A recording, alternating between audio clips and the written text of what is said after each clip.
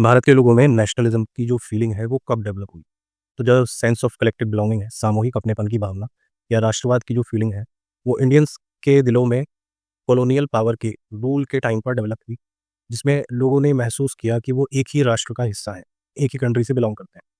But ये feel करना और इसको सच्चाई में परिवर्तित करना, इसमें समय लगा। तो भारत का जो नेशनल फ्रीडम स्ट्रगल था, भारत का जो स्वतंत्रता आंदोलन था, उसमें हमने हमारे जो इंडियंस हैं, उन्होंने ये फ़ील किया कि वो एक ही नेशन से बिलॉन्ग करते हैं और उस राष्ट्र को बनाने के लिए उन्हें कॉलोनियल रूल के खिलाफ आंदोलन करना होगा। इसी भावना ने सेंस ऑफ कलेक्टिव बिलॉन्गिंग यानी सामूहिक अपनेपन की भावना और राष्ट्रवाद को जन्म दिया।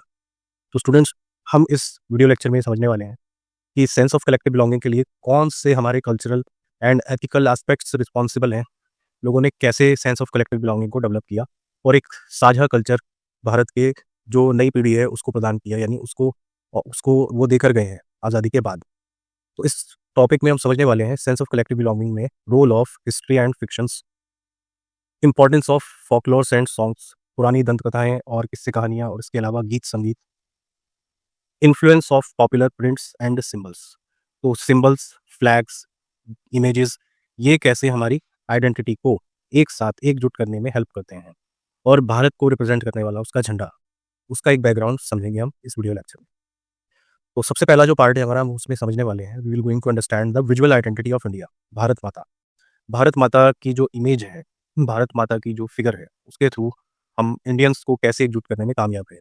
देखो, इस टॉपिक में आपको इंपॉर्टेंस ऑफ इमेजेस को समझना है कि हमने कैसे भारत के लोगों को ये समझाया कि वो एक कंट्री से बिलोंग करते हैं और नेशनलिज्म की फीलिंग जो उनके अंदर डेवलप हो रही है वो सभी के दिलों का हिस्सा है।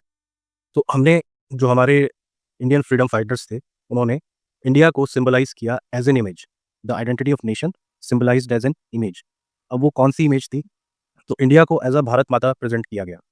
ये 20th सेंचुरी का टाइम पीरियड था जब ग्रोथ ऑफ नेशनलिज्म को, जो इंडियन नेशनैलिटी है, भारत के प्रति जो सम्मान है, उसको विजुअली एसोसिएट किया गया with the image of Bharat माता। इसमें कुछ प्रोमिनेंट हमारे फ्रीडम फाइटर्स का रोल रहा है, जैसे Rabindranath Tagore. The image of Bharat Mata was first created by Bankim Chandra Chattopadhyay. पहली इमेज जिन्होंने बनाई थी वो थे बंकिम चंद्र चट्टोपाध्याय। इसके बाद अबिंद्रनाथ टैगोर अपनी फेमस इमेज ऑफ भारत माता को बनाते हैं और 1870 में वो वंदे मातरम लिखते हैं, क्लियर, जो कि भारत को ऑनर करने के लिए लिखा गया था, वंदे मातरम। तो if you talk about Vande Mataram, जब वंदे मातरम वो लिखते हैं, उसके बाद during swadeshi movement, later it was included in the novel Anand Math. तो आनंद मठ में इसको इंक्लूड किया जाता है और स्वदेशी मूवमेंट के दौरान बहुत लोग वंदे मातरम गाते हैं।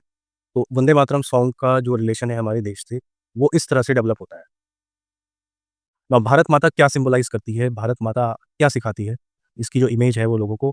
तो भारत माता की अगर इमेज है, जो पोर्ट्रेट है, उसको हम देखें तो एस्थेटिक फिगर है, एक डिवाइन पर्सनैलिटी है, जो शांत है, अच्छे स्वभाव वाली है, डिवाइन है, स्पिरिचुअल है। तो भारत की ताकत, भारत की शांति समृद्धि को समझाती है। नाउ ये तो हुआ हमारा फर्स्ट पार्ट, जिसमें हमने इमेज नेशन को कैसे सिंबलाइज करती है इसको समझा। अब इसके बाद देखते हैं फॉक्स ऑफ इंडिया, भारत की पुरानी दंत कथाएं, किस्से कहानियां और यहाँ का रीति रिवाज, संगीत। तो फोकलॉर्स का क्या इंपॉर्टेंस है? नेशनलिस्ट जो हमारे राष्ट्रवादी थे, जो हमारे नेशनलिज्म की फीलिंग को जनरेट करने वाले लोग थे, उन्होंने ये समझना शुरू किया कि, और कलेक्ट करना शुरू किया कि भारत के जो फोकलॉर्स है ना, वो असल में इंडिया की ट्रू आइडेंटिटी है। तो nationalist began recording folk tales sung by ballad and they toured villages to gather folk songs and legends. तो भारत के गांव देहात में, दूर कस्बों में जो लोग सॉन्ग्स गाते थे अपने कल्चरल रिचुअल प्रोसेस से रिलेटेड, उनको उन्होंने कलेक्ट करना शुरू किया by touring different villages in India. Nationalist effort किस तरह से इसमें सामने आते हैं? तो उनका कहना था कि जो टेल्स हैं, नेशनलिस्ट मानते थे ये जो टेल्स हैं, ये जो किस्से कहानियाँ हैं, वो ट्रू पिक्चर देते हैं हमारे ट्रेडिशनल कल्चर का, हमारी जो संस्कृति है, उसकी सच्ची जो इमेज है वो हमारे सामने प्रेजेंट करते हैं यही सॉन्ग्स, बैलाड्स। और जो फॉरेन कंट्रीज हैं, ब्रिटिशर्स हैं, उन्होंने हमारे कल्चर को करप्ट और डैमेज कर दिया है, क्लियर, जैसा कि उनका कहना था कि the outside forces corrupted our culture and damaged it. Now the role of Rabindranath Tagore. Rabindranath Tagore हम सभी जानते हैं, one of the most prominent Indian freedom fighters हैं। एजुकेशन की फील्ड में बहुत कुछ किया है उन्होंने और अपनी बहुत सारी किताबें पब्लिश की हैं।